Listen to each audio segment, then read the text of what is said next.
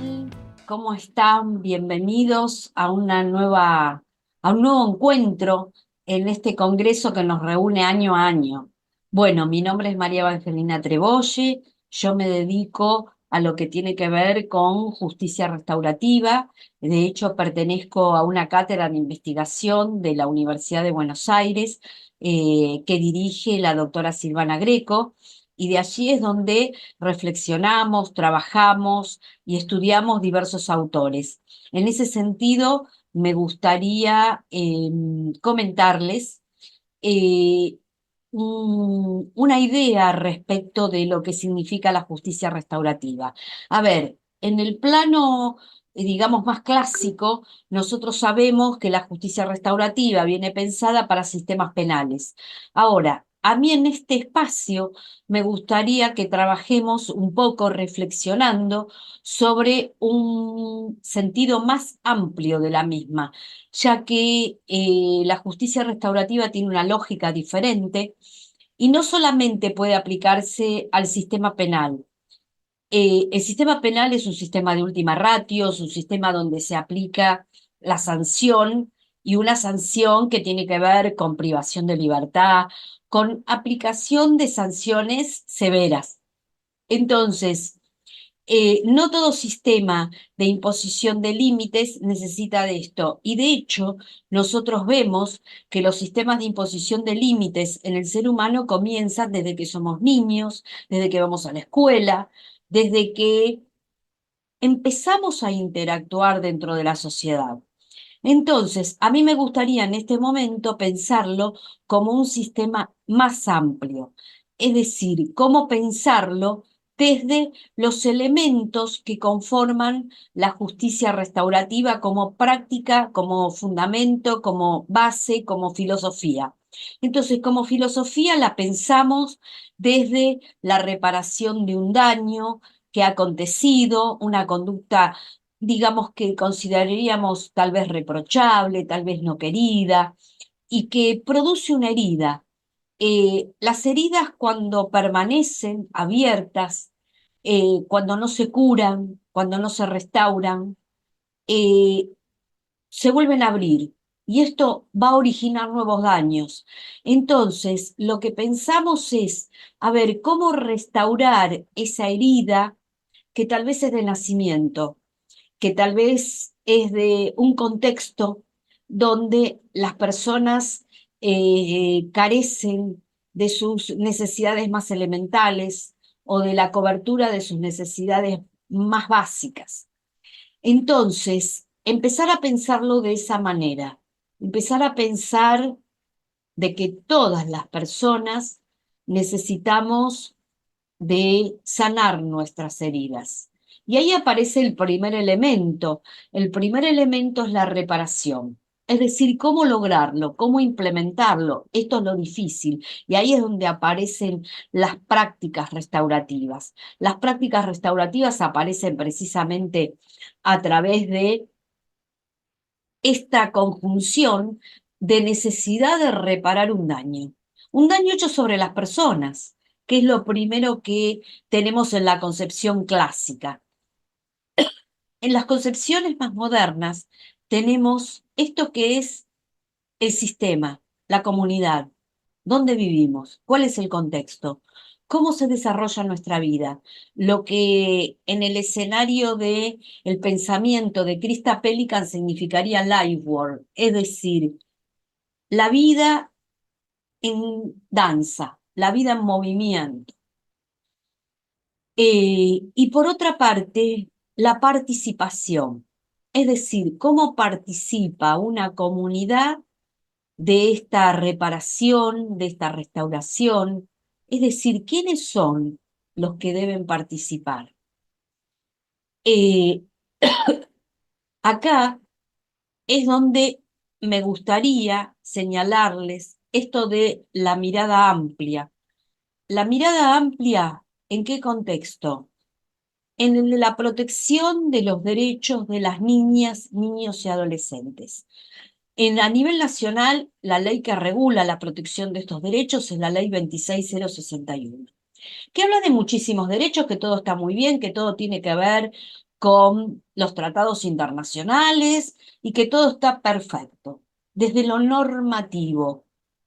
Pero la justicia restaurativa va mucho más allá de lo normativo. Lo normativo es importante, sí, pero no es el acabado, la conclusión, el cierre de lo que hay que hacer.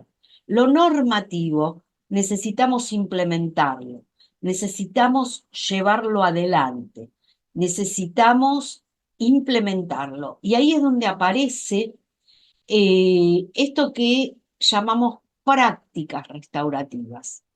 Entonces, no hay que confundir solo la aplicación de la justicia restaurativa y sus fundamentos al campo del derecho penal, sino que hay que ampliarlo a otras prácticas, porque esta ley, la 26061, crea muchísimos organismos del Estado, desde la Secretaría de la Niñez, desde organismos que todos están para la protección de estos derechos. Sin embargo, eh, se resisten a la aplicación de ciertas miradas restaurativas o de prácticas porque considera que ellas están eh, relegadas al sistema penal. No, nosotros acá lo que proponemos, un poco la mirada de Ted Watchell, que nos habla de justicia restaurativa para la vida cotidiana, es decir, el repensar cómo podemos aplicar prácticas restaurativas nacidas de los fundamentos de la justicia restaurativa en adecuaciones al campo, es decir, a la contención, al trabajo sobre un sujeto determinado, sobre personas determinadas, sobre comunidades determinadas que están sufriendo necesidades, que están teniendo angustias, que están necesitando sanar heridas, que están necesitando resolverlas, más allá de cualquier etiquetamiento que nosotros le querramos poner. Entonces, cuando hablamos de esto, estamos hablando de reparación, estamos hablando de sanación, estamos hablando de participación, estamos hablando de cuando pensamos en un sujeto, ese sujeto va a tener necesidades concretas que una práctica de esta naturaleza puede acompañar, puede brindar, puede de alguna manera enmarcar, contener, a los efectos de qué? De brindar esa oportunidad que puede tener un sujeto para sufrir una transformación. Esta idea viene de una historia, la historia de Chaparrito. Chaparrito es un niño que ya hubiera necesitado una práctica, una atención desde su nacimiento. Pero esto no fue.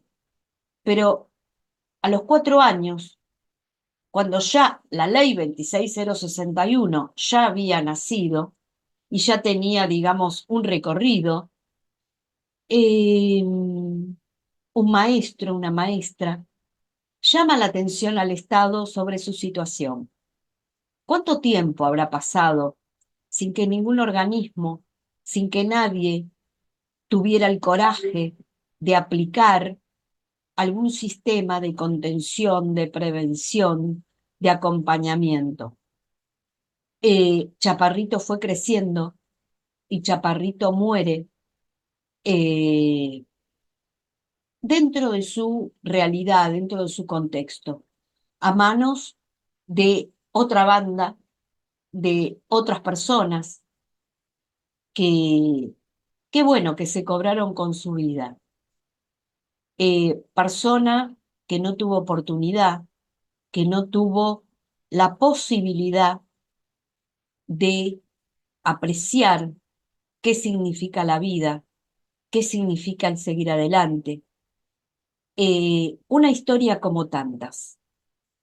Pero entonces, cuando uno revisa las prácticas, cuando uno revisa todo lo que significa la protección de los derechos de las niñas, niños y adolescentes, no puede rechazar la implementación de una práctica restaurativa que tiene una lógica más amplia, que tiene una lógica de reparación, de sanación, por pensar que solamente corresponde a un área del derecho. El derecho es cambiante, el derecho es dinámico, ya lo decía Savigny, el derecho no puede ser encorsetado porque responde a la realidad de su tiempo. Y precisamente en ese sentido es que nosotros pensamos en las prácticas restaurativas, con un sentido amplio, con un sentido propio y focalizado en la persona humana.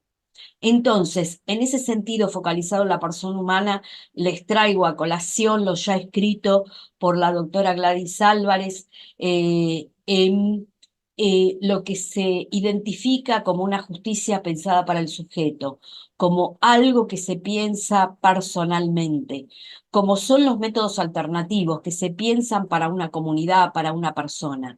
Entonces, los invito a reflexionar sobre esto y al pensar estas prácticas en sentido amplio y no encorsetadas a una materia. Encorsetarlas a una materia significa pensar en el derecho tradicional, significa pensar en las lógicas que hoy por hoy van cambiando de acuerdo a las necesidades de la sociedad. Así que bueno, con esto me despido de ustedes y espero que estas reflexiones sean útiles, así como todas las que se presentan durante el Congreso. Mis saludos cordiales a todos.